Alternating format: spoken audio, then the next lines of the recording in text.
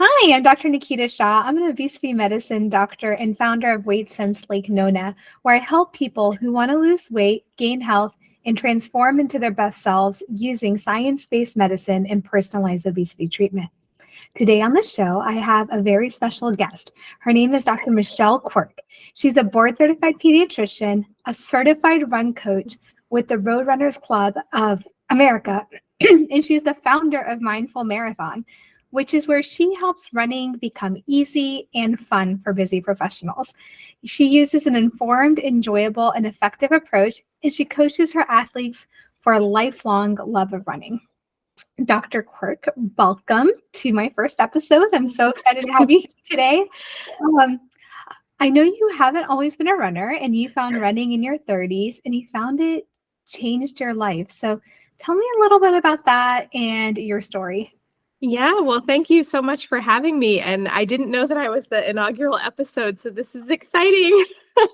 Yeah, so I was not always a runner.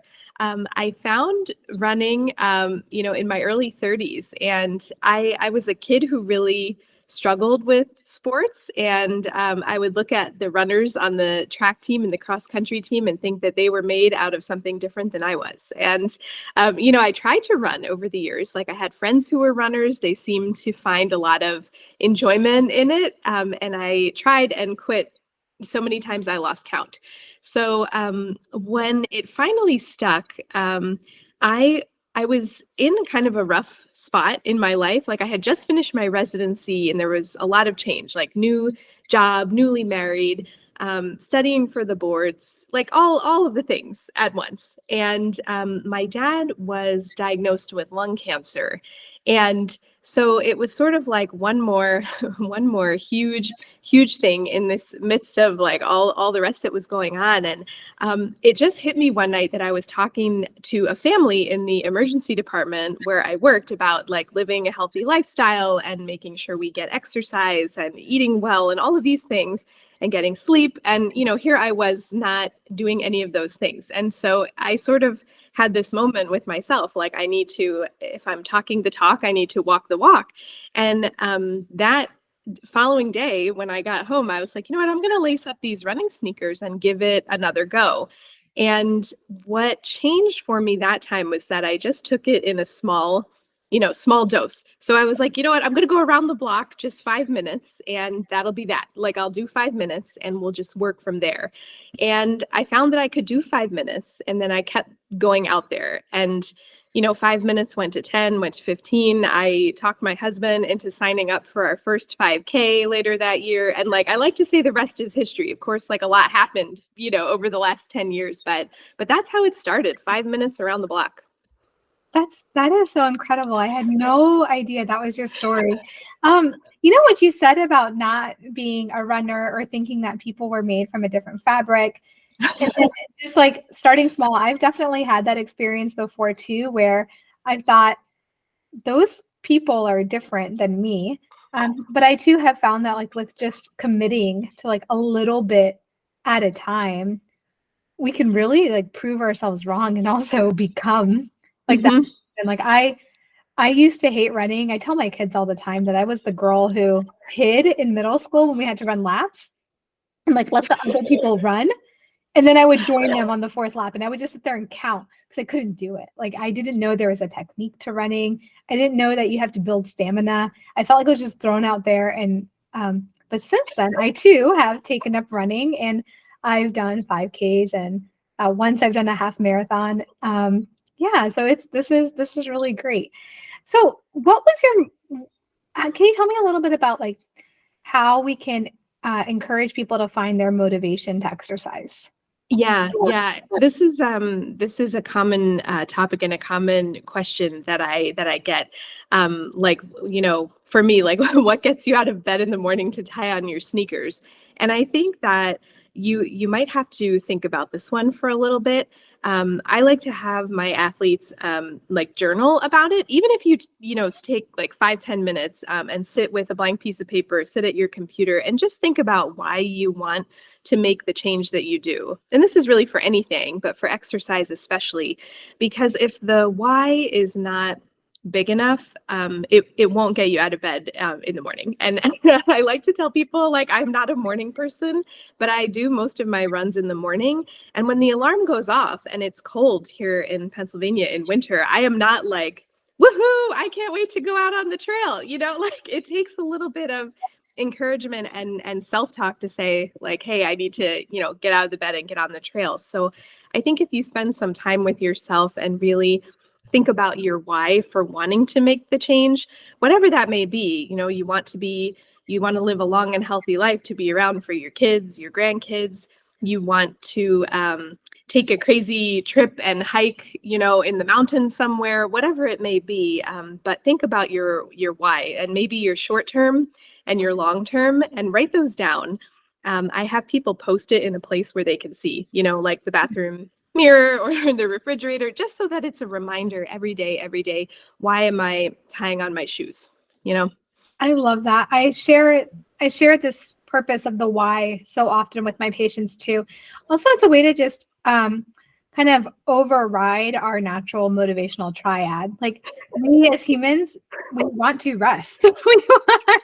We want to avoid pain, like put in as very little effort as possible. And that why really propels us into that future we want. It ignites that prefrontal cortex to get us into activation. And something that I tell people is that the why isn't because, like, I as a doctor tell you to. The why is because you as a person want to move, you want to be able to walk around the block, run with your kids. That's very often one of the reasons people come to me, is like, I just want to be able to move and run with my kids. And I'll tell them that physical activity, like, you don't have to lose a lot of weight and then start physical activity. You can just start physical activity and start moving the body, just like you're saying, like in small little bite-sized steps. So do you have any other ways that someone can start moving the body? Yeah, I think if you want to think about taking it slowly and one step at a time, the best sort of like technique to get it done that I found is to like sit with your week ahead and plan for it. So once you kind of figure out your why, or you have some ideas as to your motivation for change, then you can sit down and say, okay, like, everybody's busy, everybody has a lot going on. When the heck are you going to fit this in? Because the next common obstacle besides motivation is, I have no time and I don't know how I'm going to do it. So I have people kind of look at their schedule, and you know yourself best. If it would be easier to get out there first thing in the morning, do you have some time in the middle of the day? Like, a lot of people where I work take a walk at lunchtime, and that's really great, especially as the weather gets nicer here in the spring. Or maybe you have a chunk of time where your kids are at a sports practice or something. I have other people who will do their run while their kids are at their activity, or early evening, whatever it is. But you look at your schedule and figure out, like, where can I fit in this 5 or 10 minutes to start? And you don't have to, go out the door and run a 5K. That's what I did so many times and ended up like quitting because I couldn't do it at the beginning. I didn't have the stamina to do it. So you start with 5 or 10 minutes and you work up from there. I love what you're saying, because I try to weave this into when I'm sharing this with patients, that we want to integrate these habits into our life, and we want to start like small to where we can prove to our brain it's completely doable. Like, there's no doubt in your mind that you can accomplish this task. And then you want to stay committed to it, because once you're committed and you keep showing up, then you build that confidence to do more. Like, sometimes people will tell me, oh, I just don't have the confidence to go to the gym, or I just don't see myself like walking a mile. And I was like, well, you got to start with that first step. Like, that journey of 1,000 miles starts with that first step and doing it repeatedly. I'm going to go back a little bit to what you said earlier too. I think there's very few people who actually want to wake up and just like get to working out, like get to their thing. Like, I think it freed me, and I felt like I was less broken when when I finally started realizing, like, people don't want to do this stuff, but we choose to do it. We get to do it. Like, there's a lot of things like I don't want to do that I do. Like, I don't like doing laundry. I don't like doing dishes, but I need clean clothes. I need clean dishes. So I make the time and do it. And it's the same with movement. Like, I want to grow and continue to like have my body serve me for as long as I live. And that means I got to take practice in moving it and strengthening it and taking care of it. And I love the idea of just starting where you're at and not pushing yourself too much, because then you're able to grow and like get to the next level. Yeah. I mean, to your point, it kind of creates this positive feedback loop. Like again, when the alarm goes off, I don't have this like, oh, I can't wait to hit the trail, you know? But then I remember how I will feel afterward. And Yes. so over time, right, I know how good I feel and how running has affected all of the other parts of my life. And so that is now like a positive feedback to get out there and go. But if people think that, you know, I'm waking up at 5 a.m. like raring to go on the trail, no. Yeah. And I also love that positive feedback, because I think that when we see ourselves getting stronger, when we see the journey getting better, and also there's like a sense of pride, like we've accomplished this task that we set out for ourselves. It's so rewarding, and it's that like internal like that internal cheer for yourself, or that pat on the back. And I think it helps us just continue like doing Yeah. it more. Um, can you tell us like a little bit about how you um, start getting somebody on like a regular walking routine and a running routine? Like, is there a great way to go about it? Like, what do you suggest? Yeah. I think the first step is kind of figuring out where you are on this journey. And if you're coming from the couch, then I think starting with a regular walk routine is a great place to start. If Mhm. you are already a regular walker, I have a lot of brisk walkers who want to try running. And if you want to make that transition, I would recommend using run walk intervals. So Jeff Galloway really popularized this method, and it works really, really well. Basically, you you do a short jog interval followed by a walk interval to give yourself a little rest, and then you jog and you walk. And it could be, you know, as short as like 10 seconds of running, 10 seconds of jogging, and then 30 seconds or a minute of walking, and you just kind of repeat that. And there are timers, like you can download a free app that will ding on your phone so that you don't have to keep looking at your watch to know when the intervals are going. But an easy way, I have people start this if you just want to give it a go without any technology. We just call it the mailbox technique. Our dear friend Dr. Una came up with this because I was telling her about run walk intervals, and she's like, well, sometimes I just jog between the mailboxes in my neighborhood. And so that's fine. You can go out for your walk, and every couple of minutes, you just take a little jog between the mailboxes. No one has to know. And then walk again until you feel recovered. And so I usually start people out trying for like 3 times a week, and maybe just 10 or 15 minutes at a time if you're really starting from the couch, and then you just expand from there. But 3 days a week of a solid walk routine is a great place to start. And after about, I would say, 2-3 weeks, if you're consistent with it, it's much easier to stay consistent with it after you've done it and you've taught your brain for about 3 weeks. So it doesn't take too long to establish a habit, just a little bit. I think that's wonderful.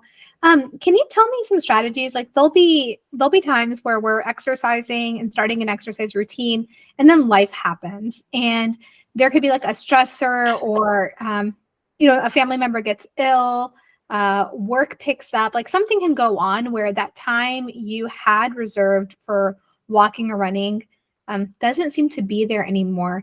And then some people may like fall off. Mhm. How do you get yourself back? Yeah.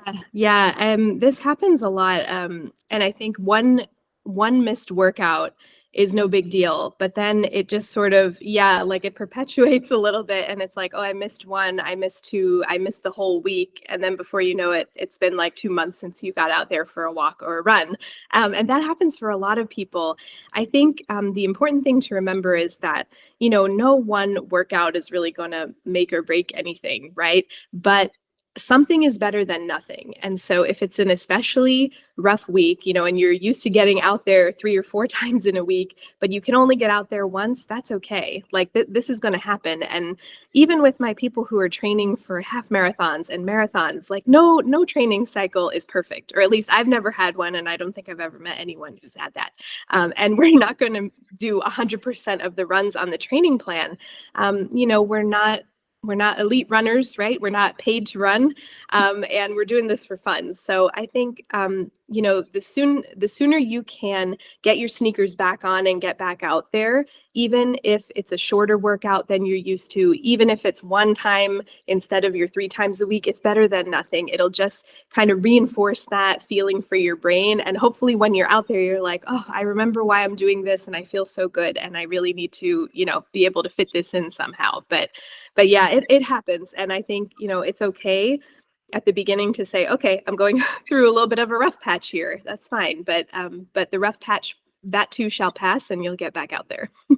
I absolutely love that. And I also like to tell people that just forgive yourself and then offer yourself grace. Like if there's a heavy time in your life or something's going on, it's okay. Let's just like hug ourselves, let's move past it, and let's get back to like that goal at hand. Because like you said at the beginning, when we're exercising, when we're moving, it is a natural stress relief. It is a natural way for us to start feeling great again, and it's a way to take care of ourselves. So I just love all the little nuggets that you shared.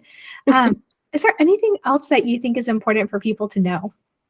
I think the overall message is like start small, start somewhere, but get started. Like, again, you don't have to go out your door and run a 5K unless you want to try, but but you don't have to do that in order to, to start and to get somewhere. I'm a person who started with 5 minutes around the block and like worked my way up to a marathon over years though, right? Like that didn't happen overnight. And if I can do it, I really believe that anybody else can do it too.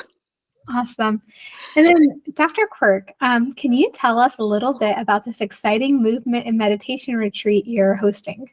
Oh, yeah, sure. So my friend, Dr. Rashmi Shram, and I are hosting a retreat this September.